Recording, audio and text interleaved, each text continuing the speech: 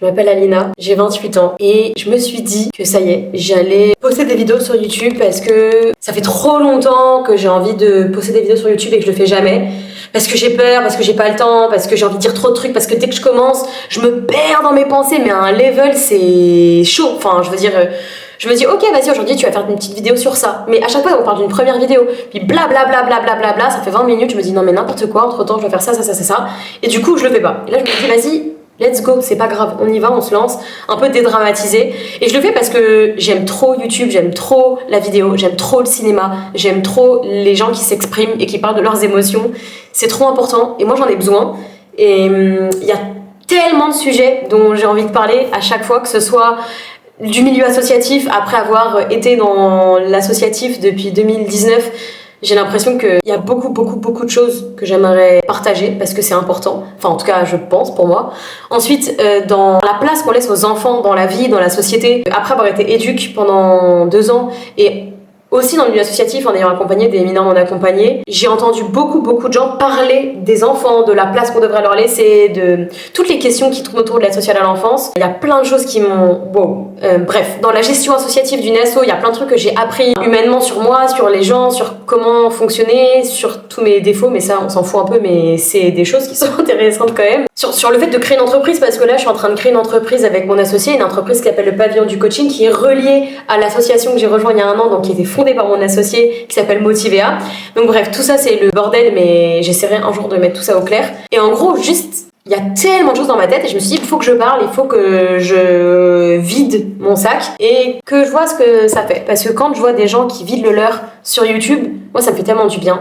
Je m'accroche tellement à des personnes sur internet, je m'accroche tellement à des personnages de séries. On m'a longtemps dit, quand j'étais petite, qu'il fallait que j'arrête d'idéaliser des personnages de séries ou des acteurs, etc. Parce qu'en fait, quand je regardais une série ou quand je regardais un film, je regardais automatiquement ensuite les interviews. Les interviews pendant des heures, c'est-à-dire que je passais des heures. YouTube, oui, c'était les youtubeuses, etc. Mais je suis un peu à la ramasse sur ça. Mais c'est surtout les interviews des acteurs et de voir tous ces gens qui travaillaient et tout en vivant leurs rêves et qui vivaient de leurs rêves. Je sais pas, c'est toujours quelque chose que j'ai du mal à verbaliser et à capter parce que j'aurais du mal à expliquer réellement pourquoi il y a autant de choses qui me touchent dans des acteurs qui parlent de leur travail. Je pense que c'est parce que c'est un métier qui m'intéresse et qui me parle, que j'ai toujours voulu faire du théâtre et du cinéma, mais que très vite, je me suis dit, ok, le monde va trop mal.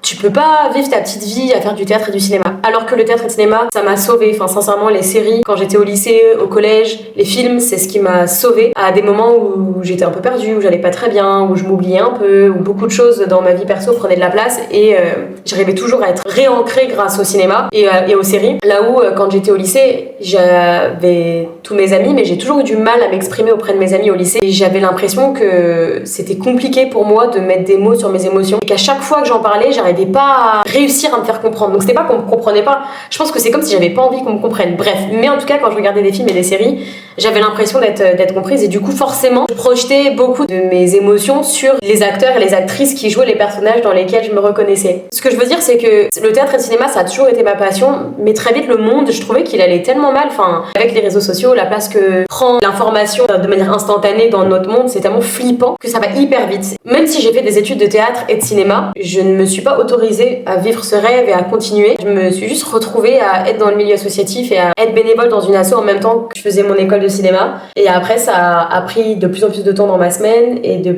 plus en plus de mon énergie. Et après, je me voyais pas faire autre chose pendant longtemps. Et j'avais toujours ces rêves de théâtre et de cinéma dans ma vie, mais je me voyais pas le faire. Je me disais, mais je peux pas faire ce que j'ai envie de faire, alors qu'il y a des milliers de personnes qui ont des rêves aussi et qui ont même pas les moyens de le faire. Donc bref, le sentiment de culpabilité, c'est un peu un problème dans ma tête et j'essaye aussi d'arrêter de me sentir coupable de tout. Mais aujourd'hui, à 28 ans, bientôt 29, il n'est jamais trop tard, je me suis dit, ok, meuf, let's go, on arrête de dédramatiser, on se lance, parle, raconte ta vie, raconte ce que tu veux raconter, libère tout ce que t'as dans ta tête, et après on verra ce qui se passe, et ce que j'ai envie de faire et où ça va aller. Parce que des rêves et des projets, j'en ai des milliers. Il faudrait que je fasse la liste de mes rêves, et de mes envies, et de mes projets, et de tout ce que j'ai envie de faire. Voilà. Et sinon, quelques jours de mes dernières semaines pour comprendre un peu ce qui se passe dans mon quotidien. Et regardez-moi ça comme c'est beau. Qu'est-ce que c'est que ça entre ces arbres et ce jardin? C'est le Pitch Rock. Voilà le spa que nous sommes devenus à motiver. C'est un peu comme un bain, genre, avant le massage.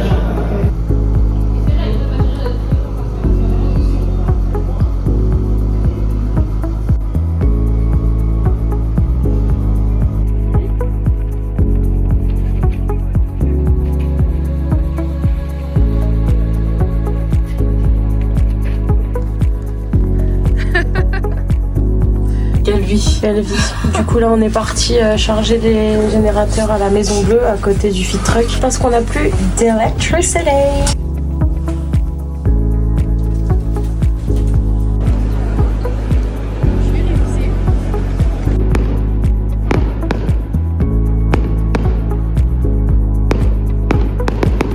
Bon, je suis rentrée du taf à la Maison de la Truffe où on a servi pour le marché de la truffe. C'était intense, il y avait tellement de monde. On s'est fait éclater, mais c'était trop marrant et fun parce que c'était une trop belle équipe. Je dois finir mes heures pour avoir le chômage car j'ai démissionné de mon taf d'éduc. Et donc, qui dit démission dit 455 heures de travail pour avoir le chômage. Et pour la création d'entreprise, l'association et tout, j'ai besoin du chômage. Voilà, on va faire la petite machine des nappes, comme on adore. Et là on a eu un big service. Bon, c'est un peu bizarre et un peu dur à admettre, mais c'était mon dernier CA en tant que présidente. J'étais un peu distante, j'ai pas trop participé. Déjà parce que ça fait un petit moment que je suis déconnectée. Ça y est, on est en train de faire les procédures là pour que je cède la présidence à ma collègue qui est vice-présidente actuellement. Et c'est vraiment bizarre de prendre ces décisions-là et d'avancer et de se dire voilà, c'est la meilleure décision pour l'asso, même pour moi. Parce que quand on se donne autant pour un asso, pour un projet, c'est dur de se dire ok, ben là on accepte de prendre de la distance quoi. C'est dur et ça fait du bien aussi, ça me soulage. J'espère que je vais quand même pouvoir me reposer et revenir à fond à droit à l'école avec des nouvelles idées et avec un peu un repos de cet asso et de plusieurs assos d'accompagnement des MNA parce que c'est un sujet tellement important politiquement, tellement important pour moi pour plein de raisons et j'ai vraiment pas envie d'abandonner cette lutte là. Juste je pense que voilà, après un temps c'est important de un peu faire reset quoi pour mieux revenir et avec des meilleures idées et de l'énergie tout en avançant mes projets à côté évidemment. Je pense que d'écrire une lettre un peu de démission ça va aider à processiser tout ça, mettre des mots sur beaucoup de choses, beaucoup d'émotions, beaucoup de pensées, beaucoup d'envie, beaucoup d'objectifs, de rêves que j'avais pour l'asso et qu'on partageait avec d'autres personnes. J'ai hâte de voir ce que ça va devenir, j'ai hâte de voir ce que je vais pouvoir faire, de trouver ma nouvelle place. Parce que là, c'était absurde que je continue à être présidente alors que ça faisait vraiment depuis franchement octobre que j'étais vraiment moins présente. Je suis trop contente de l'équipe du bureau qui reste et qui est géniale.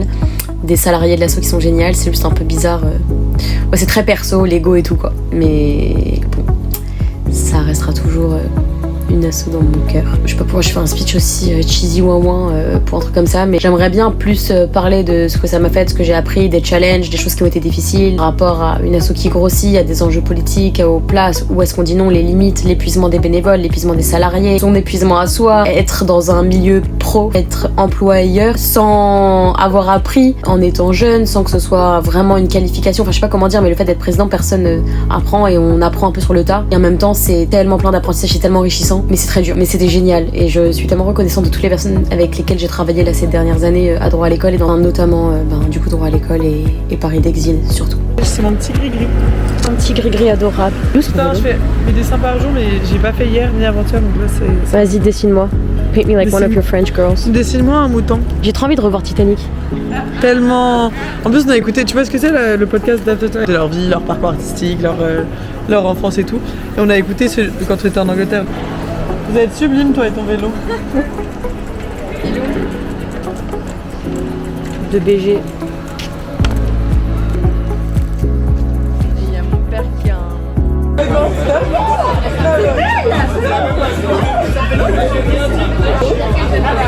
Maman, t'as raté ton coche là. Ah, il y a 2 ans, Hey, c'est bien removu. Ok, qu'est-ce que. On doit juste agir normalement, c'est ça mon problème. On peut se plaindre en Voilà, on récupère les steps que Céline, qui fait son stage CQP à Motivea, nous a ramenés. Donc on est à l'espace Nathalie Sarraute.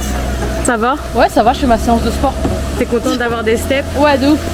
Franchement, en plus, j'aime bien la qualité, hein. Pas mal. Hein. De ouf, en plus, en petit, léger. Ouais, de ouf. C'est carré de ouf. Ça va se téter fort. Descends. Que ma fille. Descends. Monte. Descends.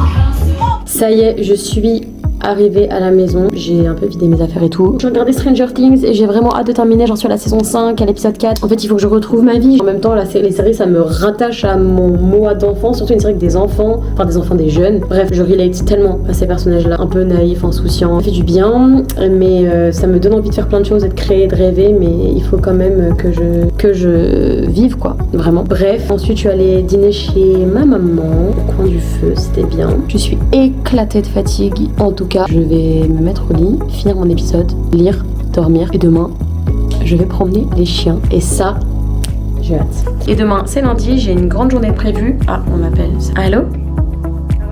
Ça va et toi?